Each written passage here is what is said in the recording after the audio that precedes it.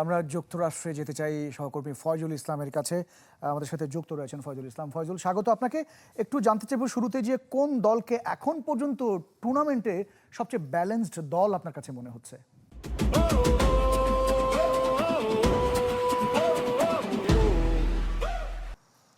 সেটা নিঃসন্দেহে আর্জেন্টিনার কথা বলতে হয়, ফ্রান্সের কথা বলতে হয়, স্পেনও কিন্তু তাই। যদিও স্পেনের রেজাল্টটা ধারণা করা হয়েছিল খুব আগ্রাসীভাবেই সবকটি ম্যাচ জয় পাবে, তারপরেও এই তিনটি দলকে নিয়ে কিন্তু সবাই এবার বেশ আলোচনায় রয়েছেন এবং বাস্তবতা হলো তাই। আর্জেন্টিনা, স্পেন এবং যদি আপনি ফ্রান্সের কথা বলেন, তারকাবহুল এবং ব্যালেন্স টিম। ব্রাজিল, বাস্তবতা হলো ব্রাজিল নিঃসন্দেহে অন্যতম সেরা দল, কিন্তু এবারের দলটা যে বলছিলেন যে আসলে ব্যালেন্সড, সবাই একই ম্যাপে তা কিন্তু নয়। কাউকে একেবারে যদি বলি ভিনিসিয়াস জুনিয়রের উপরে কিন্তু নির্ভরশীল হয়ে উঠেছে। রাফিনিয়া অনেক গোল মিস করেছেন এর আগে এবং নেইমার অল্প সময়ের জন্য নেমেছিলেন, তার নিজেকে গুছিয়ে নেওয়ার চ্যালেঞ্জ রয়েছে।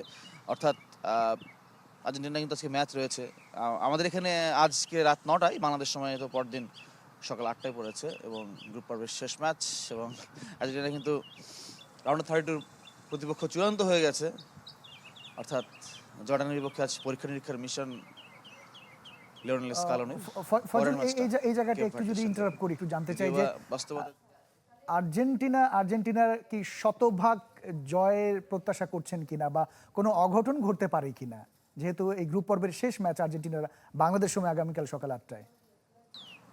না, আর্জেন্টিনা দলটাকে যে ধরনের খেলা স্টাইল দেখেছি বা জর্ডান যে ধরনের টিম, তাতে অঘটন তো আসলে অঘটনই, কিন্তু যদি প্রেডিকশন বলতে বলেন বা এই কদিনের খেলার বিশ্লেষণ সাপেক্ষে বলতে বলেন, আমি অঘটনের কোনো শঙ্কা দেখছি না। আমার কাছে মনে হচ্ছে আর্জেন্টিনা হয়তো খুব সহজেই জয় পাবে, কারণ এই ম্যাচটা যদি ড্রও হয় কোনো কারণে, সেটিকে অঘটন বলতে হবে। কারণ আর্জেন্টিনা 3বারের চ্যাম্পিয়ন, বর্তমান চ্যাম্পিয়ন, আর জর্ডান কিন্তু প্রথমবার এবার বিশ্বকাপ খেলছে, এশিয়ার প্রতিনিধি।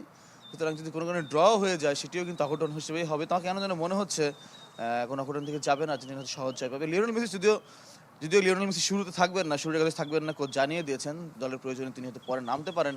বা যারা আছেন, গতকাল জর্ডানের কোচ এই কথাটাই বলছিলেন যে আসলে আর্জেন্টিনা দলে কারা মাঠে নামবে সেরা একাদশে সেটি আমার অজানা, কিন্তু যারাই নামবে তারাই কিন্তু আসলে ভালো প্লেয়ার, ওয়ার্ল্ড চ্যাম্পিয়ন টিমের সদস্য তারা, এবং তারা ভালো প্লেয়ার। সো তাদেরও সেভাবেই প্রস্তুতি নিতে হবে। তারপরেও জর্ডানও কিন্তু ভালো ফলের লক্ষ্যেই নামবে, কারণ যে কোনো ফুটবলার, যে কোনো কোচ কিন্তু কৌশল সাজানো মাঠে নামান কিন্তু জয়ের লক্ষ্যেই।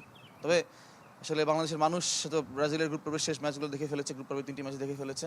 এবার আর্জেন্টিনার গ্রুপ পর্বটা শেষ করার পালা। ইমতিয়াজ।